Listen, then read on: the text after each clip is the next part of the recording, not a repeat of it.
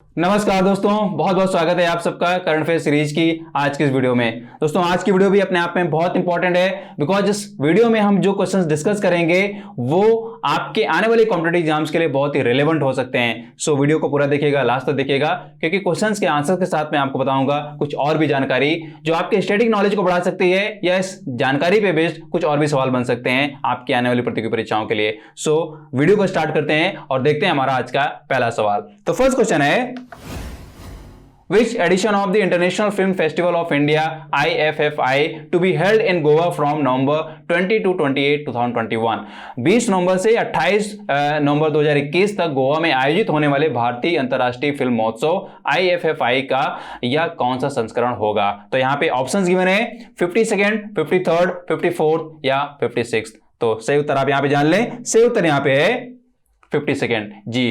तो IFFI का ये 52वां संस्करण आयोजित होने वाला है गोवा में, जो कि 20 नवंबर से 28 नवंबर 2021 तक आयोजित होने वाला है। डेट भी बहुत इंपॉर्टेंट है, कई बार डेट के टर्म में भी पूछा गया है, और लोकेशन तो आपको मालूम ही होनी चाहिए कहां पे आयोजित होने वाला है, गोवा में आयोजित होने वाला है, राइट। तो ये दो तीन चीजें आपको बहुत अच्छे से याद हो जानी चाहिए। और दूसरा मैं आपको यहाँ पे इससे जुड़े हुए इस बार मतलब ये जो संस्करण है इससे जुड़े हुए कुछ इंपॉर्टेंट फैक्ट्स हैं वो भी आप जान लीजिए, बिकॉज इनके टर्म में क्वेश्चन जरूर कहीं ना कहीं बनने वाला है। मैं आपको बताऊं कि इस संस्करण में पहली बार ये होने जा रहा है IFFI के इतिहास में, मतलब कि IFFI की हिस्ट्री में ये पहली बार होने जा रहा है कि जो मेजर OTT प्लेयर्स हैं या जो OTT प्लेयर्स हैं उनको इस फेस्टिवल में इनवाइट किया गया है, मतलब कि वो भी इसमें पार्टिसिपेट करेंगे। लाइक नेटफ्लिक्स है, Amazon प्राइम है, G5 है, वूट है या सोनी लिव है। तो ये सारे प्लेटफॉर्म भी इस बार IFFI में पार्टिसिपेट करेंगे, राइट। तो पहला तथ्य तो ये हो गया, ये आपको अच्छे से याद हो जाना चाहिए। दूसरा मैंने यहाँ पे एक एब्रिविएशन बोला है OTT, राइट। OTT क्या है, इसका फुल फॉर्म क्या है, ये मैं आपको नहीं बताने वाला हूं, ये आपको अच्छे से पता होना चाहिए। अगर आप नेटफ्लिक्स देखते हैं तो फिर आपको OTT भी पता होना चाहिए। आप इसको सर्च करिए, याद करिए, ये जरूर किसी न किसी एग्जाम में पूछा जा सकता है, राइट। तो एक बात ये हो गई। दूसरा मैं आपको बताऊं कि इस बार के संस्करण में पहली बार ब्रिक्स कंट्रीज की फिल्मों को भी शोकेस किया जाना है या उनकी स्क्रीनिंग की जानी है। ब्रिक्स मतलब कि जो ब्रिक्स समूह है और इस समूह में जो आने वाली कंट्रीज हैं उन कंट्रीज से भी फिल्मों को एक तरीके से इसमें इन्वाइट किया गया है, रखा गया है, लिस्ट किया गया है ताकि उनकी स्क्रीनिंग की जा सके, राइट। तो बहुत इंपॉर्टेंट है, ये दो तीन फैक्ट आपको अच्छे से याद हो जाना चाहिए। और मैंने यहाँ पे फिर एक नया एब्रिविएशन रखा है ब्रिक्स, आपको जरूर पता होना चाहिए। ब्रिक्स मतलब इसमें जो कंट्रीज हैं Brazil, Russia, south Africa, China and India, in countries से मिलकर बना ये एब्रिविएशन है या इन कंट्रीज का एक समूह है जिसका अपना एक मकसद है, अपने प्लान्स हैं और इन्हीं मकसद प्लान्स के तहत इनकी समिट्स होती रहती हैं। आप डिटेल में इसको जरूर पढ़ सकते हैं और बहुत इंपॉर्टेंट है ये IFFI जो संस्करण होने जा रहा गोवा में। अभी जब ये होगा तो इसमें जितने भी फॉर्मेट्स में जो अवार्ड्स डिस्ट्रीब्यूशन होंगे उन सारे के टर्म में मैं आपको क्वेश्चन बना के दूंगा। लेकिन अगर आपको इसकी डिटेल्ड वीडियो चाहिएगा तो आप मुझे कमेंट करिएगा, मैं इसके टर्म में कोशिश करूंगा कि एक डिटेल वीडियो भी बन पाए, बिकॉज ये बहुत इंपॉर्टेंट होता है। इसके टर्म में कई बार क्वेश्चन पूछा जा चुका है, राइट। नाउ देखते हैं next question. Which Tiger Conservation Foundation has won the Earth Guardian Award? किस टाइगर कंजर्वेशन फाउंडेशन ने अर्थ गार्जियन अवार्ड जीता है? तो यहाँ पे ऑप्शंस गिवन है, Namdapha tiger conservation foundation, Dampa tiger conservation foundation या Andhra Pradesh tiger conservation foundation या परम्बिकुलम टाइगर कंजर्वेशन फाउंडेशन। तो सही उत्तर आप यहाँ पे जान लें, सही उत्तर यहाँ पे है परम्बिकुलम टाइगर कंजर्वेशन फाउंडेशन जी। तो इस टाइगर कंजर्वेशन फाउंडेशन को इस बार ये अवार्ड दिया गया है जिसका नाम है अर्थ गार्जियन अवार्ड, राइट। तो अवार्ड का नाम अच्छे से याद हो जाना चाहिए और जो टाइगर कंजर्वेशन फाउंडेशन है वो भी अच्छे से याद हो जाना चाहिए, परम्बिकुलम टाइगर कंजर्वेशन फाउंडेशन। बहुत इंपॉर्टेंट है। मैं आपको पहले ये बता दूं कि जो अर्थ गार्जियन अवार्ड है वो किसके द्वारा दिया जाता है, राइट। तो ये जो अवार्ड दिया जाता है वो नेटवेस्ट ग्रुप अर्थ के द्वारा दिया जाता है। किसके द्वारा दिया जाता है? नेटवेस्ट ग्रुप अर्थ के द्वारा दिया जाता है। तो ये बहुत इंपॉर्टेंट है, इसके बारे में भी मैं आपको नहीं बताने वाला हूं, ये बहुत इंपॉर्टेंट है। आप इसको डिटेल में सर्च करें, इसके हर एक पॉइंट को आप अच्छे से पढ़ लें, राइट। नेटवेस्ट ग्रुप अर्थ, राइट, बहुत इंपॉर्टेंट है, मैं आपको बार बार बोल रहा हूं, इसको डिटेल में जाएं, इसके इंपॉर्टेंट पॉइंट को याद करें। और मैं आपको बताऊं कि नेटवेस्ट ग्रुप अर्थ का इस बार ये 11th एडिशन था जिसमें नेटवेस्ट ग्रुप अर्थ हीरोज अवार्ड्स को डिस्ट्रीब्यूट किया गया है, राइट। और उसी अवार्ड में यहाँ पे जो अर्थ गार्जियन अवार्ड दिया गया है वो परम्बिकुलम टाइगर कंजर्वेशन फाउंडेशन को दिया गया है, राइट। अब बात करते हैं यहाँ पे परम्बिकुलम टाइगर कंजर्वेशन फाउंडेशन, इसको मिला क्यों है ये अवार्ड और है क्या ये। तो परम्बिकुलम टाइगर कंजर्वेशन फाउंडेशन जो है वो वेस्टर्न घाट में लोकेटेड है और जो इंडिया की प्रीमियर टाइगर रिजर्व्स हैं उनमें से एक है, राइट। और केवल टाइगर रिजर्व्स के टर्म में ही नहीं, इस रिजर्व में जो मिलने वाली स्पीसीज हैं, यहाँ का जो हैबिटाट है, यहाँ का जो इकोसिस्टम डाइवर्सिटी है वो बहुत ही एनरिच्ड है, राइट। और बहुत इंपॉर्टेंट रखता है इकोलॉजिकल सिस्टम में या इकोसिस्टम में, इसकी इंपॉर्टेंस बहुत है, इसको आप डिटेल में पढ़ सकते हैं,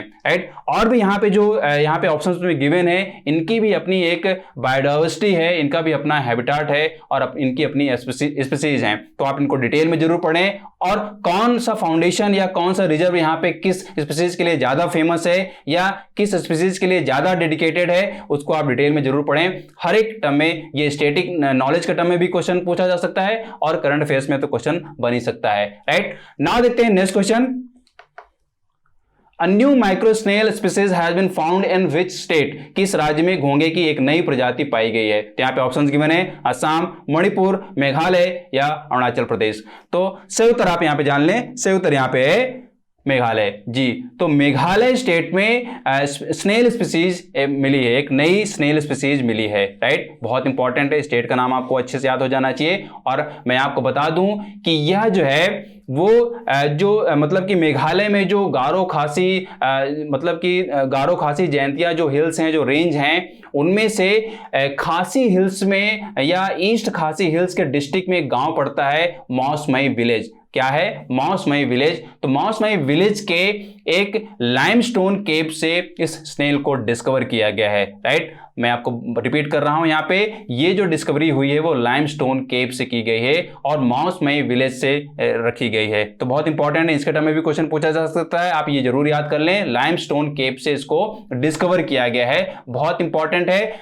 और अगर इसके हम साइज की बात करें तो इसका जो एडल्ट होता है, यानी कि इस स्नेल का जो एडल्ट होता है उसकी भी जो साइज होती है वो मैक्सिमम 2 मिलीमीटर्स होती है लेंथ में, 2 मिलीमीटर्स, जो कि बहुत छोटा है, राइट। तो अपने आप में जरूरी इंपॉर्टेंट है, न्यू डिस्कवरीज के टर्म में इस क्वेश्चन को पूछा जा सकता है, तो आप इस नाम को अच्छे से याद कर लें। और यहाँ पे मैंने जो स्टेट का नाम रखा है मेघालय, वो अपने आप में वैसे भी एक बहुत बायोडाइवर्सिटी रखता है। उस बायोडाइवर्सिटी के टर्म में क्या क्या वहाँ पे खासियतें, किस तरीके से वहाँ पे कौन सी चीज़ें फेमस हैं, उन सबको भी आपको डिटेल में जरूर पढ़ना चाहिए, बिकॉज इससे आपका ज्योग्राफी भी मजबूत होगा और जो बेसिक एनवायरमेंटल स्टडी है वो भी आपकी मजबूत होगी। वहां से भी जो क्वेश्चन बन सकते हैं वो आपको एक तरीके से हेल्प करेगा, राइट। नाउ अगर हम बात करें कि इस स्नेल स्पीसीज को साइंटिफिक नेम क्या दिया गया, बिकॉज ये एक नई डिस्कवरी है तो जरूर इसका साइंटिफिक नेम दिया गया है।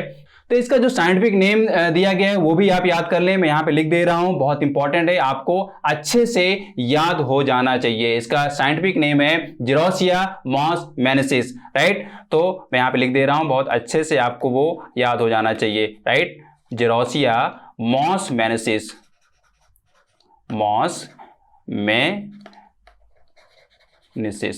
राइट। तो ये नाम आपको अच्छे से याद हो जाना चाहिए, जीरोसिया मॉसमेनेसिस, जो साइंटिफिक नेम दिया गया है इस स्नेल को, इंपॉर्टेंट है, इसके टर्म में भी क्वेश्चन बन सकता है, राइट। नाउ अब अगर हम बात करें कि इसको किसने डिस्कवर किया है, नाम के टर्म में भी क्वेश्चन बन सकता है, तो मैं आपको बता दूं, इसको जो डिस्कवर किया है वो एन.ए. अरविंद एंड निपु कुमार दास ने किया है जी। दो नाम है यहाँ पे, N A. Arvind and Nipu Kumar Das, Nipu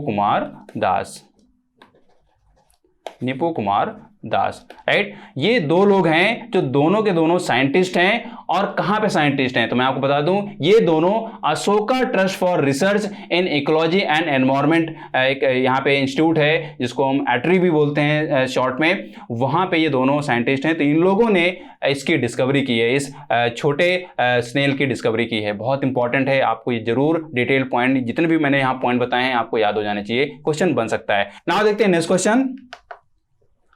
World Snow Leopard Day has been celebrated globally on 23rd October 2021. The first Snow Leopard Day was celebrated on which year? विश्व हिम तेंदुआ दिवस 23 अक्टूबर 2021 को विश्व स्तर पर मनाया गया है। पहला हिम तेंदुआ दिवस किस वर्ष मनाया गया था? यहाँ पे ऑप्शंस गिवन है, इसमें मैं आपको सही उत्तर बता दूं। सही उत्तर यहाँ पे है 23 अक्टूबर 2014 जी। तो 23 अक्टूबर 2014 से इस वर्ल्ड डे को मनाया जा रहा है, जिसका नाम है विश्व हिम तेंदुआ दिवस या world snow leopard day, right. तो आपको अच्छे से याद हो जाना चाहिए इस डे का, और इसकी हिस्ट्री भी पता हो जानी चाहिए कि मतलब ये किस ईयर से स्टार्टेड है, मतलब ये किस ईयर से इसको मनाया जा रहा है। तो 23 अक्टूबर 2014 से इसको मनाया जा रहा है। बहुत इंपॉर्टेंट है स्नो लिपर्ड, बिकॉज ये हर जगह नहीं मिलता है, राइट। मैं आपको बता दूं कि ये खासतौर पर एशिया में ही मिलता है, और एशिया की भी लगभग 12 कंट्रीज में ये देखने को मिलता है, राइट। 12 कंट्रीज में अगर हम बात करें, India, Nepal, Bhutan, China, Mongolia, Pakistan, Afghanistan, Russia और किर्गिस्तान, कजाकिस्तान, उज्बेकिस्तान, इन कंट्रीज में ये देखने को मिलता है, right.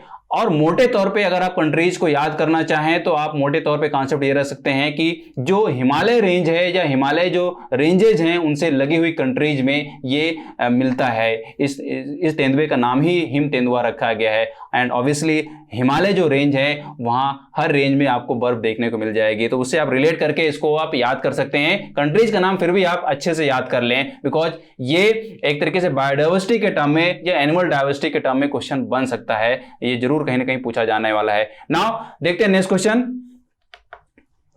Which actress has unveiled her second book Stars in My Sky? किस अभिनेत्री ने अपनी दूसरी पुस्तक Stars in My Sky का अनावरण किया है? तो यहाँ पे ऑप्शंस गिवन है, दिव्या दत्ता, ट्विंकल खन्ना, कोंकणा सेन शर्मा या कल्कि कोचलिन। तो बहुत इंपॉर्टेंट है, ये सारे नाम आप वेल नोन होंगे, इससे इन सारे नामों से परिचित होंगे, जरूर आप इनमें से किसी न किसी के फैन होंगे, राइट। तो इस क्वेश्चन का मैं आपको सही उत्तर पहले बता दूं, सही उत्तर यहाँ पे है दिव्या दत्ता जी। तो दिव्या दत्ता जो है वो बहुत ही मतलब कि एक उम्दा कलाकार हैं बॉलीवुड की, और साउथ में भी उन्होंने काफ़ी फिल्में की हैं। तो इन्होंने फिल्मों के साथ साथ अपना जो करियर रखा है 2017 से, वो एज ए राइटर भी इन्होंने शुरुआत कर दी है। और एज ए राइटर के तौर पे इन्होंने अपनी पहली आत्मकथा ही अपने आत्मकथा से ही इन्होंने स्टार्ट किया था, जिसका नाम था मी एंड माँ, राइट। तो बहुत इंपॉर्टेंट है मी एंड माँ, ये आपको अच्छे से याद हो जाना चाहिए। इनकी ये पहली रचना है, राइट। और यहाँ पे जो हम बात कर रहे हैं स्टार्स इन माई स्काई, ये इनकी दूसरी रचना है, राइट। तो इनकी ये सेकंड राइटिंग है, ये भी आपको अच्छे से याद हो जाना चाहिए। अब यहाँ पे देखिए जो टाइटल दिया गया है स्टार्स इन माई स्काई, मतलब कि बेसिकली इस बुक में इन्होंने बॉलीवुड के जो सुपरस्टार्स हैं या जो और भी सुपरस्टार्स हैं, लाइक अमिताभ बच्चन, इरफान खान और भी जो सुपरस्टार्स हैं, इनके साथ इनके खुद के जो इंटरेक्शंस रहे हैं, इनके साथ इनके जो एक्सपीरियंसेस रहे हैं, इनके साथ इनके जो लर्निंग्स रही हैं, उन सबको इन्होंने बखूबी इसमें उजागर किया है, राइट। तो बहुत इंपॉर्टेंट है, आप इसको अच्छे से याद कर सकते हैं। और यहाँ पे जो बाकी ऑप्शंस गिवन है, ट्विंकल खन्ना, कोंकणा सेन शर्मा या कल्कि कोचलिन, तो ये भी एक्ट्रेस हैं और ये भी बाद में राइटिंग की फील्ड में आ गई, मतलब कि इन्होंने राइटिंग में भी अपने हुनर को दिखाया है, राइट। इनकी क्या रचनाएं हैं और वो रचनाएं किस फील्ड की हैं, आप जरूर डिटेल में पढ़ सकते हैं। इंपॉर्टेंट है, कहीं ना कहीं पूछा जा सकता है। दोस्तों यही थे हमारे आज के इंपॉर्टेंट क्वेश्चंस, जो जरूर आपके आने वाले कॉम्पिटिटिव एग्जाम्स के लिए हेल्पफुल होंगे। वीडियो को लाइक करें, शेयर करें, और अगर आप चैनल में नए हैं तो इसको आप सब्सक्राइब कर लें, साथ में बेल आइकन को प्रेस कर लें। और अगर आप सोशल मीडिया में फेसबुक और इंस्टाग्राम पे हैं तो वहां पर भी आप हमको फॉलो करें, ताकि जो इंपॉर्टेंट अपडेट्स हैं वो आपसे मिस ना हो। अगर आप ज्यादा से ज्यादा करंट अफेयर्स पढ़ना चाह रहे हैं तो आप हमारी साइट पे विजिट करिए, वहां पे आपको डेली न्यूज दी जाती है फिल्टर्ड फॉर्म में। डिफरेंट फील्ड्स की जो न्यूज होती है वो आपको पॉइंट वाइज दी जाती है, ताकि कम टाइम वेस्ट करके आप ज्यादा से ज्यादा पॉइंट्स को वहां पढ़ पाएं, याद कर पाएं, उनको नोट कर पाएं, ताकि एग्जाम टाइम में आप उसको रिवाइज करके तुरंत जा पाएं और एग्जाम में उसका एडवांटेज ले पाएं, राइट। तो पढ़ते रहिए, मस्त रहिए। मिलता हूं आपसे नेक्स्ट वीडियो में, तब तक have a nice day, have a great day, thank you.